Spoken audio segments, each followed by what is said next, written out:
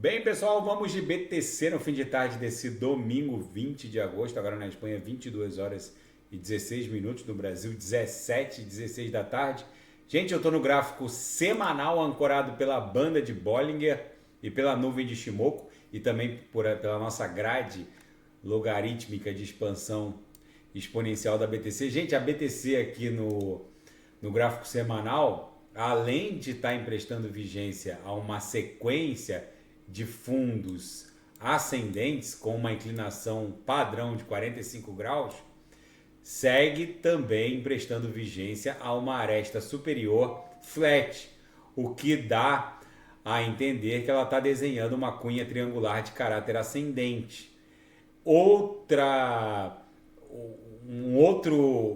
outra variável que advoga a tese de que isso aqui vai provavelmente explodir para cima é que as duas linhas da banda de Bollinger no semanal continuam flat. Quando a BTC vai iniciar uma pernada impulsiva, uma pernada corretiva, mais violenta ou impulsiva, ela faz com que as linhas superior e inferior da banda fiquem emborcadas para cima e para baixo, respectivamente.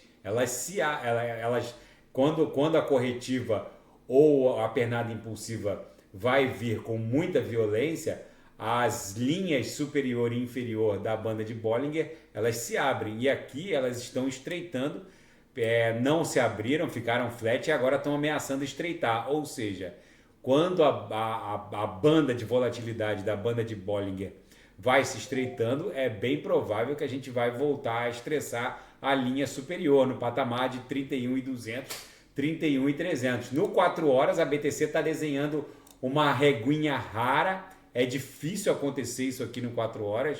Vocês vejam que houve a virada da VWAP semanal, porque eu fiz o setup aqui dessa banda de VWAP semanal para fazer a virada da VWAP de sábado para domingo, que eu acho mais fidedigno, mas tem gente que faz essa mesma configuração de domingo para segunda, mas não importa. O fato é que agora na madrugada, quem fez a configuração de domingo para segunda, a VWAP semanal vai baixar aqui para esse patamar em que ela se encontra agora, em 26.150. Mas o fato é que, independente da configuração da banda de VWAP semanal, essa reguinha aqui no 4 horas é rara. Isso aqui é um silêncio que precede um grande esporro. Quando o ativo desenha isso aqui no 4 horas, é porque ele está prestes a explodir para cima ou para baixo, provavelmente para cima. No diário, eu estava aqui no semanal analisando a dominância, deixa eu botar aqui no diário. No diário, a BTC segue desenhando o que parece ser uma cunha triangularizada. Os fundos estão claramente ascendentes, os topos descendentes. Isso aqui provavelmente vai redundar numa explosão de retorno à média móvel de 200 períodos, talvez até na confluência com a base da nuvem na projeção. No intraday, a BTC está um verdadeiro reloginho. Parece que agora ela está desenhando uma espécie de figura triangular aqui no intraday.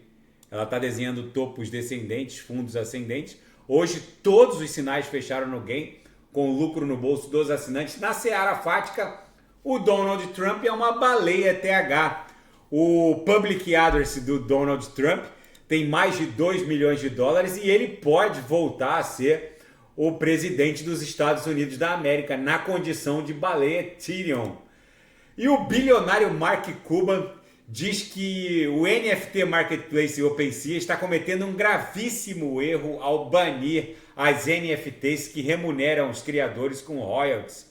Na verdade, a OpenSea está tentando se livrar dos reguladores, porque quando a remuneração do criador da NFT com royalties, é possível a classificação dessa NFT como uma espécie de ações pagando dividendos. Só que a ação é um bem fungível. Uma NFT é um token, é um non-fungible token, é um token não fungível.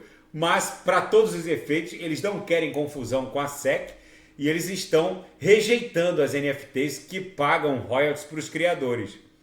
O fato é que isso advoga contra a descentralização, contra a inspiração do mundo cripto.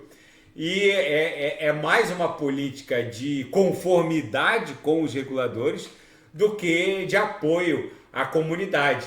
Enfim, vamos ver como isso vai se desdobrar. E a mineração de 1 BTC no Líbano é 783 vezes mais barata que na Itália.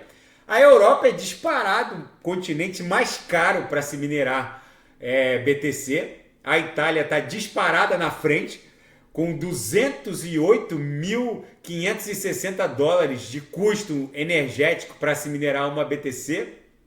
O Líbano é o lugar mais barato, seguido do Irã. O custo energético em energia elétrica para se minerar uma BTC no Líbano está em 266 dólares. Depois vem o Irã com 532 dólares e segue aqui uma sequência de países. A maioria na África está ali em torno de 2.000 dólares. Em Angola chega a 3.724 dólares o custo energético para se minerar uma BTC. O Zimbábue com 3.990 dólares. Enfim, o Oriente Médio, de uma maneira geral, é um local barato. Boa parte da energia ali é subsidiada pela abundância de petróleo.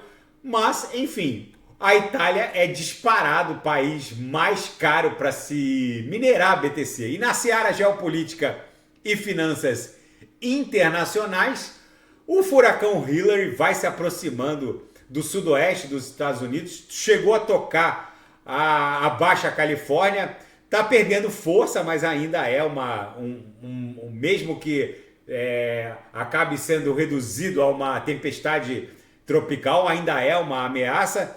Esperamos sinceramente que ele perca força ao tocar o solo e chegou a causar uma tempestade muito forte na Baixa Califórnia, na região do México, mas agora vai se aproximando do sudoeste norte-americano. Esperamos sinceramente que ele perca força. E depois da missão russa Luna 25 falhar, a Roscosmos, a agência espacial russa, reportou que ao tentar entrar na Lua, ao tentar se aproximar da Lua, entrou numa espiral desordenada e acabou caindo no solo lunar, se espatifando. Agora é a Índia que vai tentar pousar no polo sul da Lua. Para quem não sabe, o mundo está vivendo uma corrida espacial em direção, uma corrida lunar, né? Espacial em direção à Lua, em busca de hélio 3 e água.